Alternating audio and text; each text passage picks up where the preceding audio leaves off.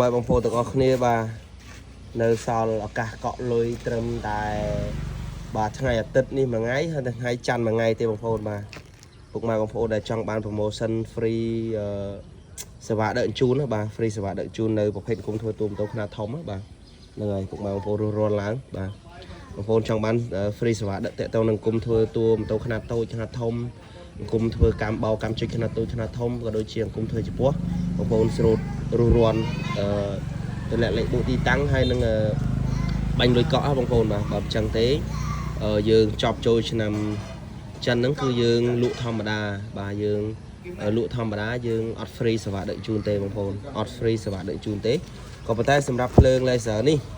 ខ្ញុំនៅតែ free ណាសម្រាប់បងប្អូនដែលទិញប្រភេទគុំធ្វើទូម៉ូតូខ្នាតធំខ្ញុំនៅតែ free ភ្លើង laser ប្រភេទល្អនេះឲ្យណា